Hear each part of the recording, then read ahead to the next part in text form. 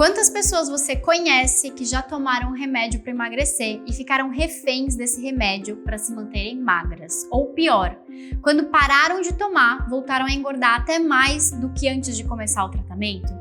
E tem uma coisa que ninguém te conta: jogaram rios de dinheiro no lixo e só agora se deram conta. Se você é ou conhece uma dessas pessoas, esse vídeo é dedicado a você.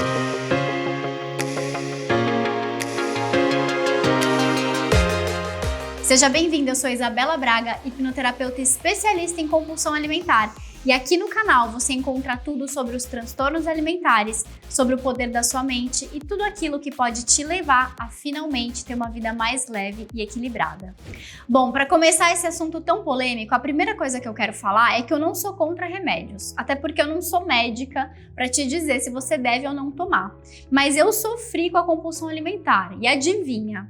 Hoje eu sou especialista em cuidar de mulheres que sofrem com esses sintomas. Mas se tratando de emagrecimento através de remédio, você deve sim ser muito cuidadosa com as suas escolhas, porque é a sua saúde que está em jogo. Falando de uma maneira bastante ampla e resumida, os remédios agem numa região do seu cérebro chamada hipotálamo, agindo em hormônios e neurotransmissores que controlam a sua fome e a sua saciedade.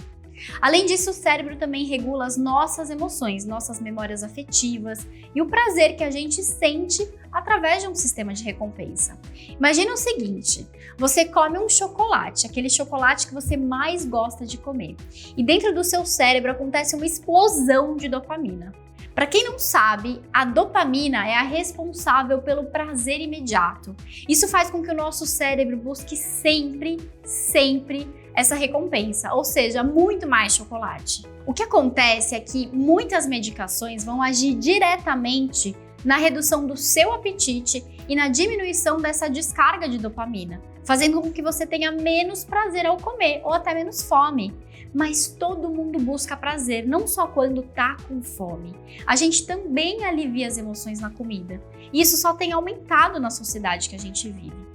As emoções têm sim um papel muito importante, muito maior do que a gente imagina. Elas direcionam as nossas atitudes e os nossos comportamentos. Como assim, Bela? Imagina o seguinte: você trabalha num lugar que é um ambiente tóxico, você tem uma chefe que faz assédio moral com você, que te pressiona para o resultado, que leva você até o seu limite, e você sabe que esse não é o melhor ambiente para você trabalhar, mas você não tem escolha. E aí chega lá 10 horas da manhã, você tá 1 hora trabalhando e você já quer buscar um chocolate para se sentir um pouquinho melhor. Você come um chocolate antes do almoço e aí você vai para outra reunião se sentindo ali totalmente pressionada, mas pelo menos aquele chocolate te deu um pouquinho de ânimo. Aí você vai, faz a reunião, vai pro almoço, depois do almoço você sente uma queda de energia e para você poder voltar e produzir no seu trabalho, você volta a comer um outro chocolate e instantaneamente você se sente melhor, mais animada e você vai de novo seguir todo o cronograma de estresse do seu dia. Aí você chega em casa cansada, exausta, querendo ter uma outra vida, mas não encontrando saída. E quando você senta no sofá para ver TV, o que você vai comer? Muito provavelmente uma comida cheia de gordura, uma comida industrializada e com muito açúcar. Por quê? Porque ao longo do dia você foi tendo disparos e explosões de dopamina no seu cérebro, que é o neurotransmissor do prazer, que fizeram você começar a se viciar nesse ciclo de recompensa que o chocolate gera. Para aguentar todo aquele ambiente tóxico, toda a sua rotina, você precisa dessa dopamina para seguir em frente. E é exatamente isso que acontece. A mesma coisa acontece quando você vive um problema financeiro, uma crise no seu casamento. Tudo isso são situações gatilho para que a sua mente busque na comida a grande fonte de prazer e bem-estar. São esses conflitos constantes que giram em torno do seu dia a dia, que você não consegue resolver, que te levam a ganhar peso. E se você só busca um tratamento medicamentoso, você vai ficar refém do remédio para controlar todos esses impulsos, que na verdade são impulsos naturais de conflitos que você não resolve.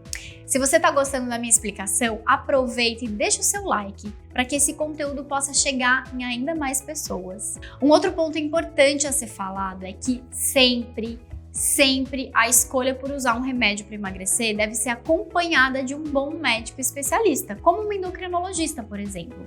Ela sim vai poder ponderar com você se todas as alternativas já foram testadas, porque nenhum medicamento para emagrecer deve ser recomendado sem antes tentar ajustar a alimentação e exercício físico. Aí entra um ponto importante que eu não posso deixar de te falar.